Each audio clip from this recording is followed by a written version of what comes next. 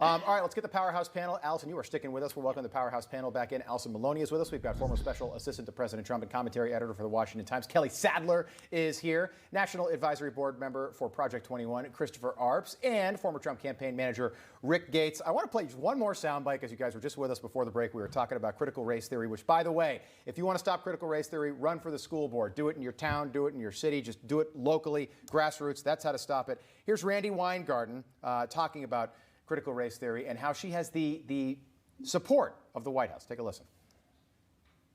Every single public school should be a place where parents want to send their kids, where educators want to work, and where kids thrive. So yeah, we have a lot of work to do. There's real inequities to tackle. There's real trauma and anxiety to address. But together we can support each other because we also know there's an administration in Washington, D.C. that has our back and an education department that truly respects your voices as professionals in classrooms. And I know that during the pandemic, people that have got plenty of dough, they were able to, take their kids out of public schools because this is already happening and put them in private schools. This is coming to private schools too. Allison, just quickly to you on this. I know you're a mom of three. This Columbus Academy, so they have denied kids re-enrollment after a group of moms spoke out against critical race theory being taught in their school. So what's happening now is these schools are punishing kids basically for the views of the parents. Yeah, it doesn't surprise me. We've been following what's been happening in Loudoun County. The parents are speaking out, even some teachers and students as well.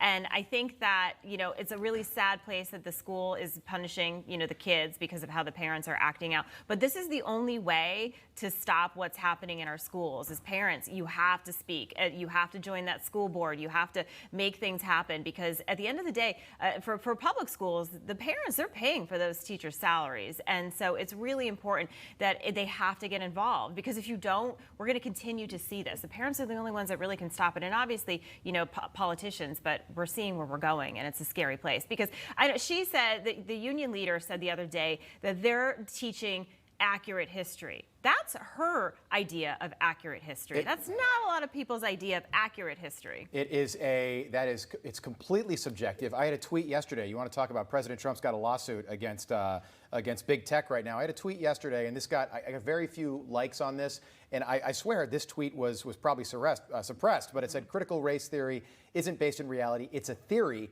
In fact, the opposite of theory is fact. Yeah. So it's just a theory. Their messaging isn't great. Why don't they just call it critical race fact? Right. Right?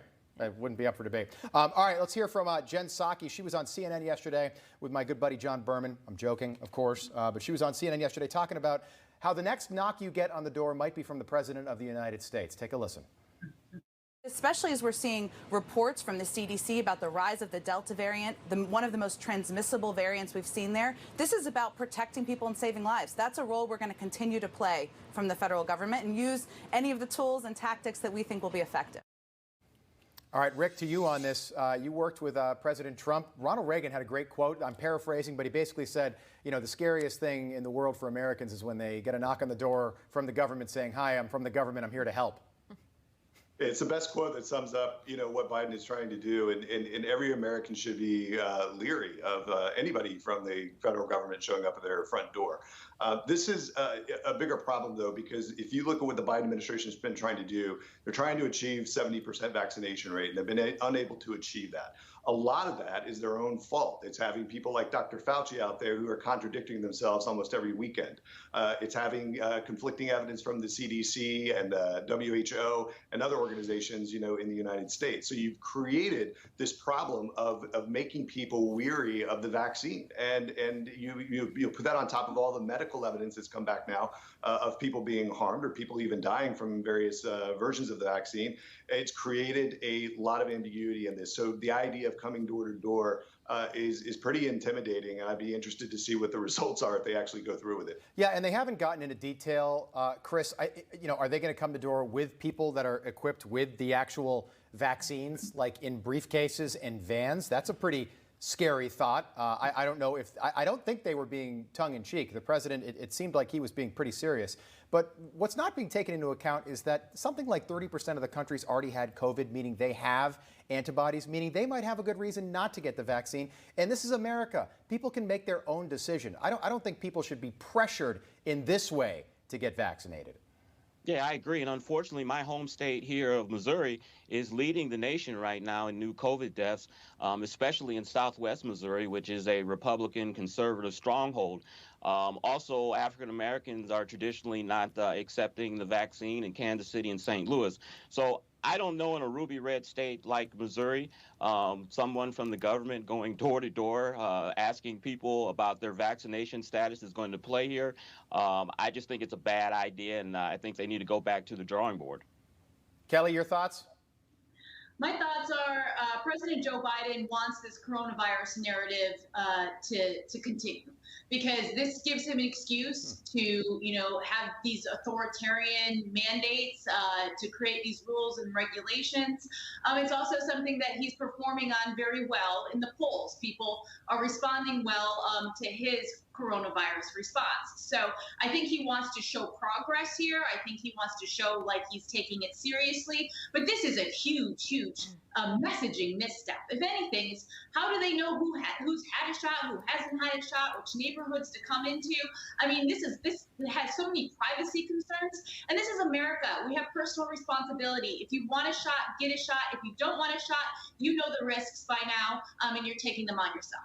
Yeah, and it's, obviously we want the coronavirus to go away, but, we hear Jen Psaki, and it's the fear-mongering by the media in large part. We're going to have variants. Paul Mango's coming on the show in just a little bit. He was there during the entirety of Operation Warp Speed. He knows more about it than most people, the vaccines. And I'll tell you what, he has said this before on this show. As long as coronavirus exists, there will be variants. But we keep reporting on these variants. Now it's the Lambda variant. 2 weeks ago it was the Delta variant. And it's scary stuff. And we keep hearing, yeah, we have these variants, but well, the vaccines are effective. But then there's a report from Israel that says maybe the Pfizer vaccine's not that effective, but it'll keep you out of the hospital. All this stuff is scary, and it's fear-mongering. And I think just the facts, that's what people should be getting, is just the facts. Nancy Pelosi has named 8 members to a January 6th select committee. This committee, Rick, not immensely bipartisan.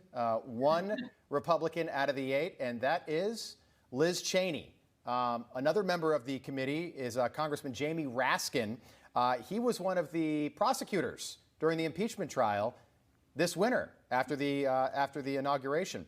Adam Schiff is also on the committee. So this committee is not the Warren Commission, which was bipartisan and had the best and the brightest, including a future president, Gerald Ford. What do you make of this?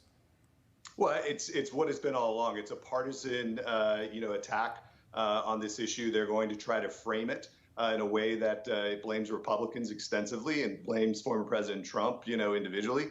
They're going to continue doing this because they think it's going to generate support for them, in the 2022 midterms. I think what Kevin McCarthy is doing in terms of, potentially appointing Republicans is actually a smart thing to do. I know there's been some controversy over it, but if the Republicans are going to have a voice, if they're going to be able to defend against this in any way, because it is going to be partisan, then they need to get their voices registered. Even if they're in a minority in this case, they're going to be able to bring information to light. They're going to be able to help, form the narrative. So I think it's absolutely, a partisan attack by Nancy Pelosi. But what would you expect from her? You want to talk about fear-mongering. Kelly, about 30 seconds. We keep hearing January 6th compared to the Benghazi attack in 2012. I looked into some of the weapons that were used in that attack. The armed assault was perpetrated by rocket-propelled grenades, assault rifles, mortar, truck-mounted artillery, anti-aircraft machine guns. I don't remember seeing any of that January 6th. No, the only person that was killed on January 6th was Ashley Babbitt. And we still have no information on who shot her. Yeah. And no one's bringing her case to justice. This is absolutely a political show by Nancy Pelosi. She knows that the Democrats are losing on crime, that they're losing on the southern border, and that the only thing that they can cling to for 2022 is, basically going after President Trump again. Yeah, absolutely. All right, panel, we'll see you again top of the hour. Really enjoyed it.